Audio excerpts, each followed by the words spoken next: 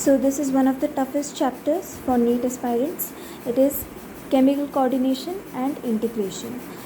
Its important points are: the neural system provide point-to-point rapid coordination among organs. So we need to remember that neural system provides point-to-point rapid coordination among organs, not integration. It provides coordination, whereas neural system and endocrine system together provides coordination and integration. The neural coordination is fast but short-lived, as the nerve fibers do not innervate all cells of body and cellular functions need to be continuously regulated. A special kind of coordination and integration has to be provided. It is carried by hormones. Neural system and endocrine system jointly coordinate and regulate the physiological functions in body. Now, what are the endocrine glands and hormones? We will learn some important points about the following heading. Endocrine glands lack ducts, that is why they are called endocrine glands, and if ducts are present, those glands are called exocrine glands. So endocrine glands do not have ducts, therefore also called ductless glands. Their secretions are called hormones. So hormones are the secretions of endocrine glands, the glands which do not have duct. Classical definition यानी कि जो conventional पहले वाली definition थी hormone की, वो कुछ इस तरह थी कि hormone is a chemical produced by endocrine glands, true, and released into blood and transported to a distantly located target organ, has current scientific definition as follows. Means initially the hormone was defined as a chemical produced by endocrine gland, released into blood and transported to distantly located target organ, whereas now it is scientifically defined as hormones are non-nutrient, they are not nutritious, they are non-nutrient chemicals, act as intercellular, not intracellular, intercellular messengers, and are produced in trace amounts. In trace amounts means in very less amounts. So the current scientific definition of hormone is they are non-nutrient chemicals, intercellular messengers, and produce in trace amounts, right? The new definition covered number of new molecule in addition to hormones secreted by organized endocrine glands. Since initially we defined hormones as the chemicals produced by endocrine glands, after modifying the definition, some other molecules are also included as hormones. These are invertebrates, possesses very simple endocrine system, invertebrates with few hormone, whereas large number of chemicals act as hormone and provide coordination in vertebrates. Human endocrine system described here.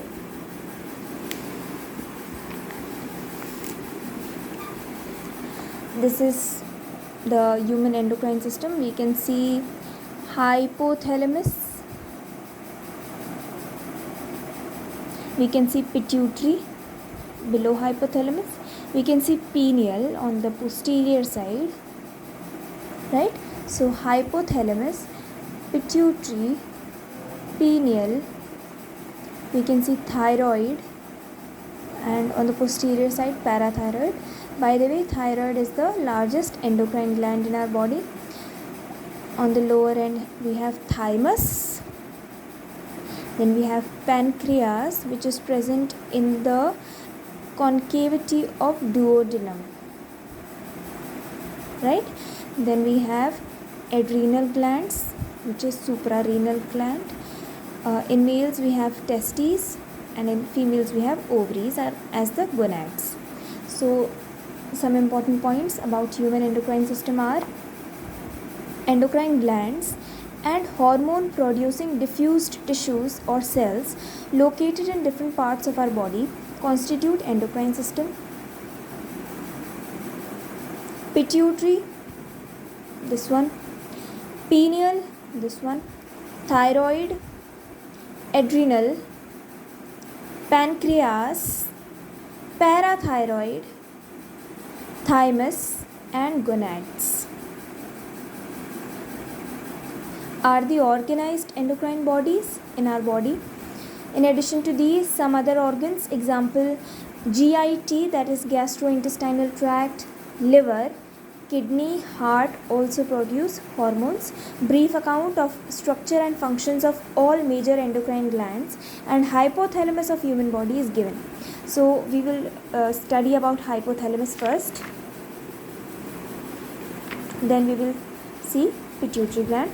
So hypothalamus, firstly we will see its location. It is located over here. Hypothalamus is basal part of diencephalon forebrain. So diencephalon is a part of forebrain. We know brain is divided into three regions: forebrain, midbrain and hindbrain. So diencephalon is a part of forebrain. At the basal part of diencephalon, hypothalamus is present. So hypothalamus is basal part of diencephalon in forebrain. It regulates wide spectrum of body functions. It contains several group of neurosecretory cells called nuclei which produce hormones. Means hypothalamus have some groups of neurosecretory cells called nuclei which produce hormones. These hormones regulate synthesis and secretion. Means neither only synthesis nor only secretion, both synthesis and secretion of pituitary hormones, right? So the hormones released by hypothalamus regulate the synthesis and secretion of pituitary hormones. Pituitary gland is present over here beneath the hypothalamus. So secretion and synthesis of pituitary hormone is regulated by hypothalamic hormones. A hypothalamus has several groups of neurosecretory cells called nuclei which produce the hypothalamic hormones, right? However, hormones produced by hypothalamus are of two types: releasing hormone which stimulates secretion of pituitary hormone and the inhibiting hormone which inhibits secretion of pituitary hormone. These releasing and inhibiting hormone do not regulate synthesis, they only regulate secretion of the hormones. Releasing hormones stimulate the secretion, whereas inhibiting hormone inhibits secretion of pituitary hormones.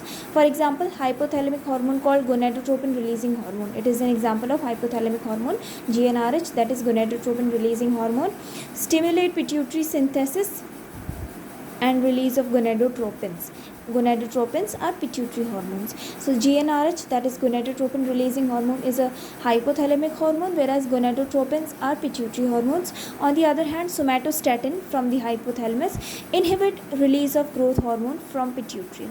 Okay, so hypothalamus releases several hypothalamic hormones. Example is GnRH and somatostatin. GnRH stimulate release of gonadotropins. These are pituitary hormone. This is hypothalamic hormone. And somatostatin decrease release of growth hormone. Growth hormone is also a pituitary hormone.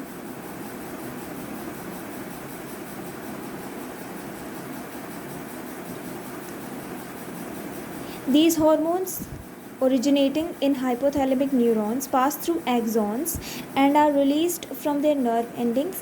These hormones reach pituitary gland through a portal circulatory system and regulate the function of anterior pituitary. Posterior pituitary is under direct neural regulation of hormones. So we know that pituitary gland is divided into two parts: anterior pituitary and posterior pituitary. Hypothalamus is bind to the both anterior and posterior pituitary. Anterior pituitary is regulated by a portal circulatory system between the hypothalamus and the anterior pituitary, whereas the posterior pituitary is in contact with the hypothalamus via direct neural regulation. Okay. Next up we have the pituitary gland. Okay. Here we can see a diagram of pituitary gland and its relationship with hypothalamus. This is hypothalamus, these are hypothalamic neurons, or we can say neurosecretory cells called nuclei. these cells releases hormones which stimulate or inhibit secretion of pituitary hormones, right? Here we have this anterior pituitary, here we have posterior pituitary. As we have read earlier, hypothalamus is in contact with the anterior pituitary by a portal circulatory system, and it is in contact with the posterior pituitary via direct neural regulation. When we read about pituitary gland is located in a bony cavity called sella turcica and is attached to hypothalamus by a stalk. Where was hypothalamus situated? Hypothalamus was situated at the basal part of diencephalon in forebrain, whereas the pituitary gland is located in a bony cavity called sella turcica and it is attached to hypothalamus by a stalk. It is divided anatomically into adenohypophysis and neurohypophysis. Adenohypophysis has two portions, pars distalis and pars intermedia. Pars distalis region of pituitary, commonly called anterior pituitary. So the pituitary gland is divided into two parts, adenohypophysis and neurohypophysis. Adenohypophysis has further two parts, pars distalis and pars intermedia. Pars distalis is also called the anterior pituitary, and the anterior pituitary produce growth hormone, prolactin denoted as PRL, thyroid stimulating hormone TSH, adrenocorticotropic hormone ACTH, luteinizing hormone LH, and follicle stimulating hormone FSH. Means by anterior pituitary how many hormones are released? Growth hormone, prolactin, TSH, ACTH, LH and FSH. 6 hormones released by anterior pituitary. These are growth hormone, prolactin, thyroid stimulating hormone, adrenocorticotropic hormone, luteinizing hormone and follicle stimulating hormone. The another part of adenohypophysis, that is pars intermedia, has only one hormone. It secretes only one hormone, that is melanocyte stimulating hormone. However, in humans, pars intermedia almost merge with pars distalis. Neurohypophysis, that is pars nervosa, also called posterior pituitary, stores and releases. Means it does not form these hormones. Whereas the anterior pituitary was producing, but the posterior pituitary is only storing and releasing two hormones, oxytocin and vasopressin, which are actually synthesized by hypothalamus and are transported axonally to neurohypophysis. We knew that the hypothalamus and posterior pituitary come in contact via direct neural regulation. So these hormones which are produced by hypothalamus, oxytocin and vasopressin, are transported axonally to neurohypophysis. Over secretion of growth hormone is secreted by anterior pituitary or pars distalis. Over secretion of growth hormone stimulate abnormal growth of body leading to gigantism, and low secretion of growth hormone result in stunted growth, resulting in pituitary dwarfism. So we have read about gigantism if growth hormone is overly secreted, and pituitary dwarfism if there is low secretion of growth hormone. Prolactin regulate growth of mammary gland and formation of milk in gland. So prolactin has two functions for now. At our level, prolactin has two functions. First is regulating growth of mammary gland, and second is formation of milk, right? Next we have TSH. So TSH stimulates synthesis and secretion of thyroid hormone from thyroid gland. ACTH, that is adrenocorticotropic hormones, stimulate synthesis and secretion of steroid hormone called glucocorticoids from adrenal cortex. So here one thing that we need to remember is glucocorticoids are steroid hormones. Other main type of hormones are peptide hormones or the protein hormones, and one main type of hormone is steroid hormone, whose example is glucocorticoid, and glucocorticoids are released by adrenal cortex, and releasing of glucocorticoids from adrenal cortex is stimulated by adrenocorticotropic hormone, which is released by pars distalis or anterior pituitary. LH and FSH, that is luteinizing hormone and follicle stimulating hormone, stimulate gonadal activity and hence are called gonadotropins. So MCQ may come in the form that which of the following are the gonadotropins? So correct answer is LH and FSH, luteinizing hormone and follicle stimulating hormone, released by anterior pituitary. In males, LH stimulates the synthesis and secretion of hormones called androgens from testes. In males, FSH and androgens regulate spermatogenesis.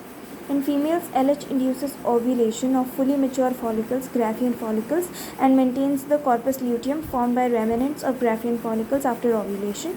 FSH stimulates growth and development of ovarian follicles in females.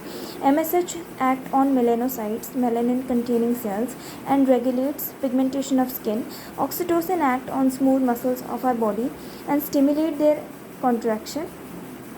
In females, it stimulates a vigorous contraction of uterus at the time of childbirth and milk ejection from mammary gland. Vasopressin acts mainly at the kidney and stimulates reabsorption of water and electrolytes by distal tubules and thereby reduces loss of water through urine, that is called diuresis. Hence, it is also called antidiuretic hormone. So, let me know if you want me to continue videos in this reading format or should I make notes and convey those to you. Please like, share and subscribe.